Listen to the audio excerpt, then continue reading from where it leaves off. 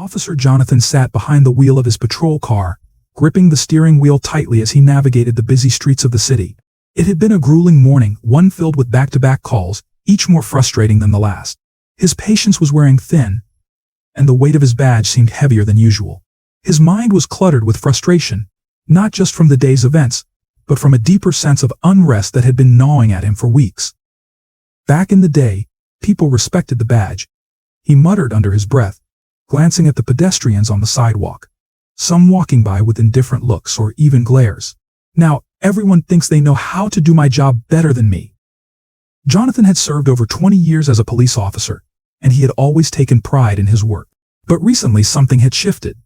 It wasn't just the rising tensions between police and the communities they served. It was something internal, a feeling of being out of step with the world. As he rubbed his tired eyes, he thought about how he had gotten here dedicating his life to protecting people, but now feeling like a stranger in the very streets he once patrolled confidently. As Jonathan drove through the city, his thoughts wandered to how much had changed. The streets seemed busier, the faces more distant. He couldn't shake the feeling that the city, once a place of order, was slipping into chaos. He recalled the days when he felt connected to the people he served, when his presence on the street brought comfort rather than suspicion. Now it seemed like every glance in his direction was filled with distrust. The world's moving too fast, he thought, feeling increasingly out of place in the shifting social landscape. Discussions about police reform, systemic bias, and racial injustice dominated the news, and Jonathan found himself bristling against these conversations. Though he had sat through countless trainings on bias and sensitivity, the message felt abstract to him. In his mind, he was just doing his job, following the law, maintaining order.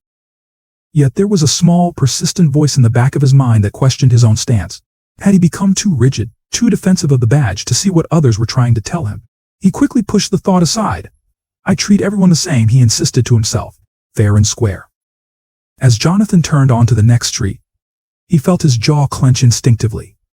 He was entering a predominantly black neighborhood, an area that always put him on edge. Though he couldn't quite pinpoint why, this part of town made him uneasy. His patrols here always felt different, like there was a wall between him and the community, even when nothing was visibly wrong. He scanned the streets with narrowed eyes, his gaze darting between the people walking along the sidewalks. He noticed a group of young men laughing and talking on the corner. Immediately, his hand moved to rest near his holster. They're probably up to no good, he thought automatically. It was an assumption that came too easily, and he felt a twinge of guilt as it crossed his mind. Jonathan had been trained to avoid such biases, but deep down he recognized how ingrained they had become. He had patrolled this neighborhood for years, and he had seen his fair share of trouble here. Still, part of him knew it wasn't fair to assume the worst about everyone he saw. But old habits, especially those shaped by years on the force, were hard to break. As he continued driving, he spotted something that made him slow down. A little black girl, sitting alone near the curb of a park, playing quietly with a worn-out doll. As Officer Jonathan continued driving through the neighborhood, he caught sight of something unusual. A small girl, no more than 5 years old, was sitting alone on the curb near a park, her tiny hands clutching a worn-out doll. She was quietly playing, lost in her own world, seemingly unaware of her surroundings. Jonathan's eyes narrowed as he slowed down his patrol car. What's a kid doing out here all alone? He muttered to himself, immediately feeling a sense of unease. His thoughts raced. The neighborhood was known for its troubles, at least. That's how Jonathan saw it. He had dealt with enough calls here to know things weren't always what they seemed. The sight of this young girl stirred something inside him, a deep-rooted suspicion that was hard to shake. Where are her parents? He thought, his mind jumping to conclusions. His years of experience had taught him to be cautious, but they had also ingrained a bias, one that whispered in his mind that this was just another example of negligence. Without a second thought, Jonathan pulled the car over, his frustration from the morning adding to the edge in his actions. This didn't feel right, and he was determined to get to the bottom of it. Jonathan stepped out of his patrol car with purposeful strides, his boots hitting the pavement heavily as he made his way toward the little girl. His face was set in a stern expression, and his voice rang out sharp and authoritative, breaking the peaceful quiet of the park. "Hey you!" he called out, causing Mia to look up, startled. Her wide, innocent brown eyes met his, filled with confusion and fear. She clutched her doll tighter to her chest, as if seeking comfort from it. "Where are your parents? You shouldn't be out here alone," Jonathan demanded, his tone harsh, as if speaking to a criminal rather than a child. Mia tried to speak, her voice trembling with fear, but the words caught in her throat. Tears welled up in her eyes, her lower lip quivering. The sight of her distress didn't soften Jonathan's approach. Instead, it only made him more impatient. "I asked you a question," he snapped, stepping closer, towering over her small frame. "What's your name? Where do you live?" Mia whimpered, too frightened to respond. Jonathan, in his frustration, ignored the growing fear in the child's eyes. His mind was racing, assumptions piling on top of one another. This was exactly what he expected from this neighborhood.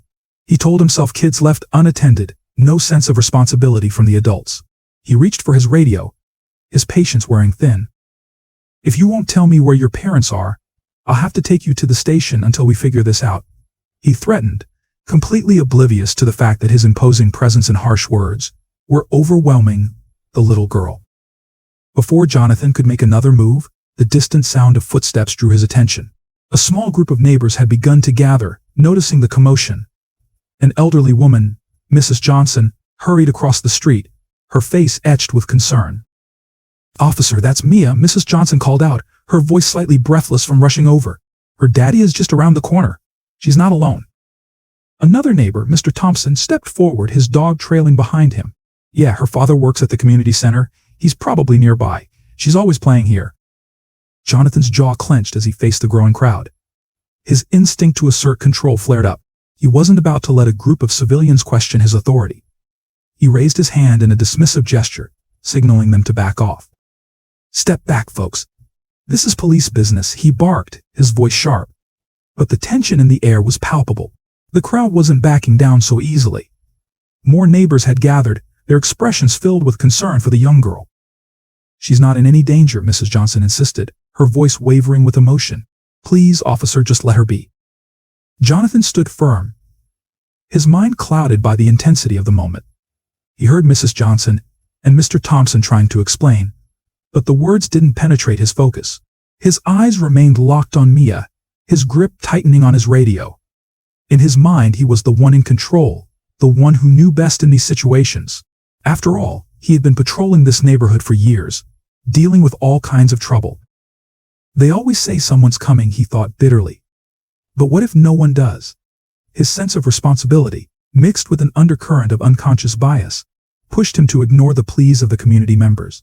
Despite their reassurances that Mia's father was nearby, Jonathan couldn't let go of his belief that the situation needed to be escalated for the child's safety. His jaw clenched, and his voice grew harsher as he turned to the crowd. "I told you all to step back. This is police business," he snapped. His hand rested on his belt, an unspoken warning that he wouldn't tolerate further interference. The neighbors, though visibly upset, hesitated. They didn't want things to escalate, especially not with a little girl at the center of it all. But Jonathan was already too far in. His rigid sense of duty, combined with the pressure of proving his authority, clouded his judgment. Ignoring the growing tension, he reached down, pulling Mia closer. The little girl whimpered, her wide, tearful eyes pleading for someone to help her. Without another thought, Jonathan made the decision that would change everything. He pulled out a pair of handcuffs and swiftly locked them around Mia's small wrists. The metallic click echoed loudly in the tense air, a sound that felt wrong even to him. For a moment, time seemed to freeze. The neighbors gasped in shock, and Mrs. Johnson let out a horrified cry. "She's just a child," someone yelled from the growing crowd. Mia's sobs broke through the silence, her tiny body trembling as she cried for her father. "Daddy. I want my daddy." Her voice was raw with fear, but Jonathan's training and his internal bias pushed him to ignore the emotional weight of the situation. In his mind, he was doing what was necessary, ensuring the safety of a child in an unsafe neighborhood. Ignoring the mounting outrage from the crowd, Jonathan lifted Mia into the patrol car, her small form dwarfed by the large backseat. Her sobs continued, muffled now by the closed door. As Jonathan climbed into the driver's seat, his hands shaking slightly from the adrenaline of the confrontation. "Let her go," a man from the crowd shouted, but Jonathan was too far gone to hear. His thoughts were already consumed by the next steps, getting her to the station, figuring out what to do next. He turned the key in the ignition, and with a screech of the tires, sped away from the scene, leaving behind a stunned and horrified group of neighbors. When Jonathan pulled into the station, the weight of what had just happened finally began to settle in. The adrenaline that had fueled him during the incident drained away, leaving him with an uneasy feeling. His mind raced as he opened the back door of the patrol car, lifting Mia out, her tears still flowing. Inside the station, Officer Willow looked up from his desk, his brow furrowing as he saw Jonathan carrying the crying child. "What's going on here?" he asked, his voice cautious. Jonathan set Mia down, trying to maintain his composure. "Found her alone in the park. No parents in sight," he said, though his voice lacked the confidence it had earlier. "I'm bringing her in for her own safety." Willow's eyes narrowed, glancing at the little girl's tear-streaked face. "Is that really necessary, Jonathan? She's just a kid." His words were laced with doubt, and Jonathan felt the pressure of the situation begin to crush him. Before he could respond, Mia's cries grew louder. "I want my daddy," she wailed, her voice shaking the walls of the station, and for the first time, shaking Jonathan's certainty in his actions. He glanced down at her, then up at Willow, feeling a deep unease settling in his chest. Back at the station, Jonathan paced back and forth, his nerves on edge. Mia's cries echoed through the halls, and Officer Willow watched him with concern. Before Jonathan could respond to Willow's silent judgment, the station door burst open.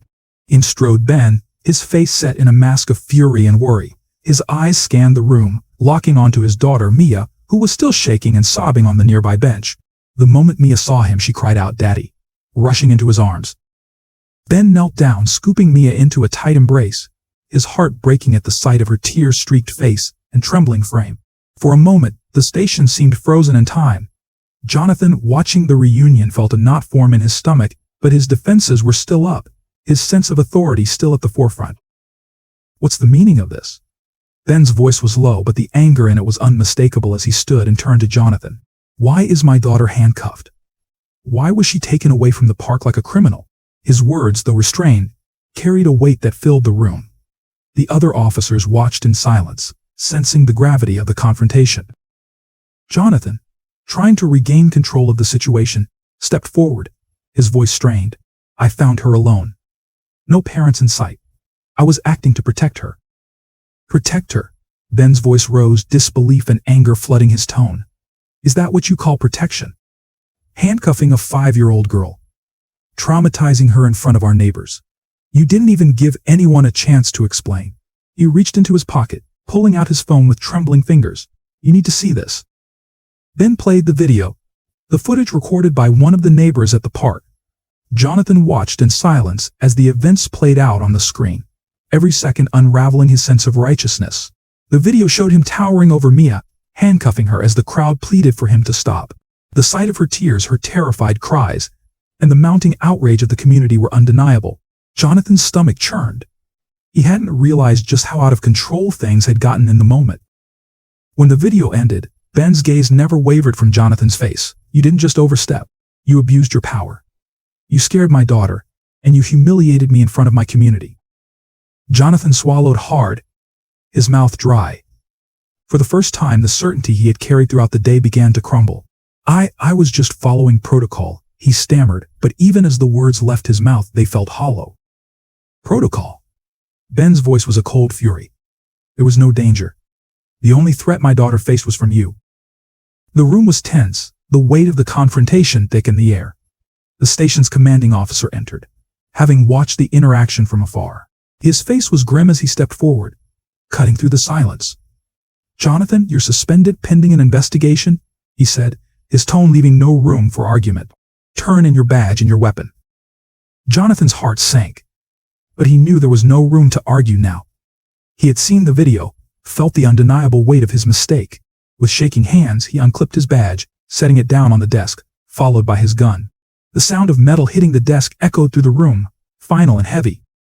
The other officers averted their eyes, and Jonathan felt the isolation begin to creep in. The career he had spent over 2 decades building now seemed to hang in the balance, teetering on the edge of collapse. As Jonathan left the station, the storm outside was already brewing. The video from the park had spread like wildfire across social media, and protesters had begun to gather outside the precinct, demanding justice for Mia. Their signs read, "No justice, no peace, and protect our children, not traumatize them." News vans lined the streets, reporters shouting questions as Jonathan walked past them, his head down in shame. "Officer Jonathan, do you have anything to say about the arrest of a 5-year-old?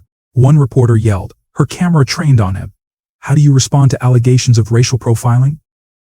Jonathan didn't answer. He couldn't. His mind was too consumed with the growing realization of what he had done. His phone buzzed incessantly in his pocket, messages pouring in, some from concerned friends, but most filled with anger and hatred. "You're a disgrace. You shouldn't be allowed to wear the badge." The words stung, but they weren't nearly as painful as the image of Mia's tearful face that now haunted him. As Jonathan drove home, he knew the road ahead would be long, but for the first time the weight of his actions settled heavily on his shoulders. After being suspended, Jonathan found himself at home, surrounded by silence that felt deafening. Days passed in a blur of self-reflection and growing guilt. The image of Mia's tear-streaked face, the fear in her eyes, haunted him relentlessly. Jonathan could shake the uneasy feeling that had settled in his gut since the moment he watched the video Ben had shown him. For years, Jonathan had prided himself on being a good cop, someone who protected and served the community. But now those beliefs seemed hollow. Sitting on his couch, scrolling through social media, he saw the relentless outrage that had exploded online. The video of Mia's arrest was everywhere, shared, retweeted, commented on by thousands of people, many of them calling for justice, some calling for his resignation. As the messages of anger and disgust flooded in, Jonathan felt a shift within himself. This wasn't just about one mistake. This was about a pattern of behavior, about the biases he had carried with him for years without ever truly acknowledging them. Jonathan's mind flashed back to other incidents, moments where he had let his assumptions guide his actions. He thought of the countless young black men he had stopped over the years, always assuming the worst. The memories piled on top of each other, each one heavy with regret. "Have I been blind all this time?" he muttered to himself, the question echoing in the empty room. With a new sense of determination, Jonathan decided he had to do something, anything, to try and make amends. He began attending community meetings, the same ones he had previously ignored, where members of the black community shared their experiences with the police. At first he sat quietly in the back, just listening. The stories people told were heartbreaking and eye-opening. Mothers talked about the fear they felt every time their children left the house. Fathers spoke of having to talk with their sons about how to behave when stopped by the police. It was hard for Jonathan to hear these stories, but he knew he needed to listen. He needed to understand the pain and fear his actions and the actions of others like him had caused. He stayed after the meetings, talking to people, answering their questions, even when those conversations became uncomfortable. Slowly, he began to realize how deep the wounds ran and how much work it would take to heal them. Not long after attending his first few meetings, Jonathan heard about a local community center that was looking for volunteers to help with after-school programs. He signed up immediately, eager to put his desire for change into action. The first few days were difficult. Many of the kids at the center were wary of him, and some of the parents shot him cold, distrustful looks when they saw his face. He couldn't blame them. He had been part of the system that had caused them so much pain. But as the days turned into weeks, something started to shift. Jonathan threw himself into the work, helping the kids with their homework, playing games with them, and simply being present. He wasn't there to prove anything. He was there to learn, to listen, and to help.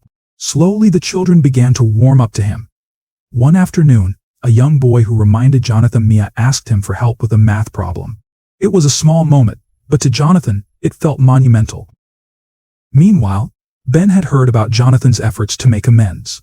Maria, a close friend and community activist, had mentioned Jonathan's presence at the meetings and his work at the community center, but Ben wasn't sure how to feel. The memory of Mia's arrest was still fresh, the anger and hurt still raw. Every time he thought about forgiving Jonathan, the image of his daughter in handcuffs flashed through his mind, and his resolve hardened. Maria sat with Ben at the community center one evening, discussing the latest efforts to improve relations between the police and the neighborhood. "Ben, he's trying," Maria said softly. "I see it. He's not the same man who arrested Mia. He's learning, changing." Ben sighed heavily, running a hand through his hair. "I don't know if I can forgive him," he admitted. "He hurt my daughter." "How do you forgive something like that?" "You don't have to forgive him," Maria replied. "But maybe you can give him a chance to show he's changed, for Mia and for this community." After much hesitation, Ben finally agreed to meet Jonathan at a small cafe on the edge of town. The atmosphere was thick with tension when they sat down across from each other. For a long moment, neither man spoke. Finally, Jonathan cleared his throat, his voice heavy with regret. "Ben," he began, his eyes dropping to the table. "I can't undo what I did to Mia. I can't take away the fear I caused her, or you. But I'm here because I need you to know I'm sorry. Truly, I didn't see it then, but I see it now. I was wrong." Ben studied Jonathan's face. searching for sincerity. After a long silence, he nodded slowly. "I'm not ready to forgive you," Ben said quietly. "But I see that you're trying. That matters." They sat in silence for a while longer, not as enemies, but as two men trying to figure out how to move forward from the mistakes of the past. It wasn't a resolution, but it was a start. Just as Jonathan began to feel like he was making progress in his efforts to redeem himself, another blow hit. A local journalist published a detailed article about a previous case Jonathan had been involved in years before a wrongful arrest of a black family during a traffic stop. The article stirred up old wounds and reignited the anger that had just begun to settle. Jonathan had thought the case was behind him, but now, with the video of Mia's arrest still fresh in people's minds, it felt like the past had come back to haunt him. The public backlash was swift and brutal. Social media lit up with outrage once again, with many accusing Jonathan of being a repeat offender, someone who had never truly changed. Protest outside the police station grew larger and calls for Jonathan's permanent dismissal reached a fever pitch. The article had reopened a deep mistrust in the community, and Jonathan's efforts to build bridges now seemed futile. At the community center, parents who had started to accept Jonathan's presence began pulling their children away when he approached. He could feel the stares, the coldness in the air whenever he entered the room. It felt like all the progress he had made was slipping through his fingers. That night, Jonathan sat alone in his apartment, the weight of everything pressing down on him. The hateful messages flooded his phone again, each one a reminder of the pain he had caused and the damage that seemed irreversible. He had been trying so hard to make amends, but now it seemed like nothing he did would ever be enough. For the first time since starting his journey toward redemption, Jonathan considered giving up. Maybe the community was right. Maybe he didn't deserve forgiveness. The shame of his past mistakes felt overwhelming, and the isolation from the people he had once served faithfully was suffocating. He stared at the phone, thinking about calling his former colleagues, but then realized they too had distanced themselves. He was truly alone. Alone. While Jonathan was at his lowest, Ben was wrestling with his own thoughts. He had seen the new article about Jonathan's past and felt the familiar surge of anger. But something had changed. Ben had witnessed Jonathan's genuine efforts to change his presence at community meetings, his work with the kids at the center, and the way he had started listening instead of asserting his authority. Ben knew what it looked like when someone was just going through the motions, and Jonathan didn't seem to be that man anymore. One evening, after a long conversation with Maria, Ben made a decision. He knew that holding on to anger wasn't going to heal his community, and more importantly, it wasn't going to help Mia in the long run. If Jonathan was truly trying to change, then Ben believed he should have the chance to do so. The next day, Ben called Jonathan. The phone rang a few times before Jonathan picked up, his voice sounding tired and defeated. "Jonathan, it's Ben," he began. "I've been thinking a lot about what's been happening, and I believe in second chances. I've seen what you've been doing, and I want to help you. We both want the same thing, a better future for our kids and for this community." Jonathan was silent for a moment, stunned by Ben's words. You're willing to help me after everything I've done?" he asked, disbelief in his voice. "Yes," Ben replied, "but only if you're willing to keep doing the work. This won't be easy, and the road ahead is long. But if you're serious about change, then I'm with you." Jonathan felt a surge of hope, something he hadn't felt in days. "Thank you," he whispered, overwhelmed by the unexpected lifeline. With Ben's support, Jonathan returned to the community with renewed determination. It wasn't easy. Many people were still angry, still skeptical of his motives, but Ben's public endorsement carried weight. Slowly, people began to notice Jonathan's consistency. He didn't disappear when things got tough, and he continued showing up to meetings, volunteering at the center, and engaging in difficult conversations about race, policing, and justice. During one community dialogue, an elderly man stood up and addressed Jonathan directly. "I didn't think you could change," he said bluntly, "but I see you here day after day trying. That counts for something." Jonathan nodded, humbled by the words. He knew he still had a long way to go, but each moment like this, each small step toward rebuilding trust felt like progress. As time went on, Jonathan's role in the community shifted. He began speaking at police training seminars, sharing his story of failure and redemption with new recruits. He talked openly about the biases that had clouded his judgment and the harm that unchecked assumptions could cause. He became a powerful advocate for police reform, emphasizing the importance of empathy, accountability, and community engagement in law enforcement. At one seminar, a young officer approached him afterward, her eyes filled with emotion. Thank you for sharing your story, she said. I never thought about things from that perspective before. You've given me a lot to think about. Jonathan smiled, knowing that each conversation like this was a step toward real change. With Jonathan and Ben working together, the relationship between the police and the community began to heal. It wasn't an overnight transformation, but over time, trust was rebuilt. The community saw that change was possible not just in Jonathan, but in the way the police department operated. New policies were implemented to address racial bias, and officers were trained to engage with the community in meaningful ways. The once tense atmosphere in the neighborhood began to ease. Neighbors who had once viewed the police with suspicion now saw them as partners in creating a safer, more just community. Children played in the park without fear, and parents felt more comfortable letting them do so, knowing that the police were there to protect, not intimidate. Ben and Jonathan didn't stop at repairing their relationship. They teamed up to create youth programs aimed at fostering positive interactions between young people and law enforcement. They held workshops on understanding bias, conflict resolution, and community leadership, and they invited police officers to participate, not as enforcers of the law, but as mentors and role models. Their initiatives gained attention from other communities facing similar struggles, and soon Ben and Jonathan were traveling to share their model of reconciliation and reform. Mia, too, began to heal from the trauma of her arrest. With her father's support and the newfound sense of safety in her community, she slowly overcame the fear that had haunted her since that day. She returned to playing in the park, laughing with her friends, and interacting with the police officers who now patrolled the area with kindness and respect.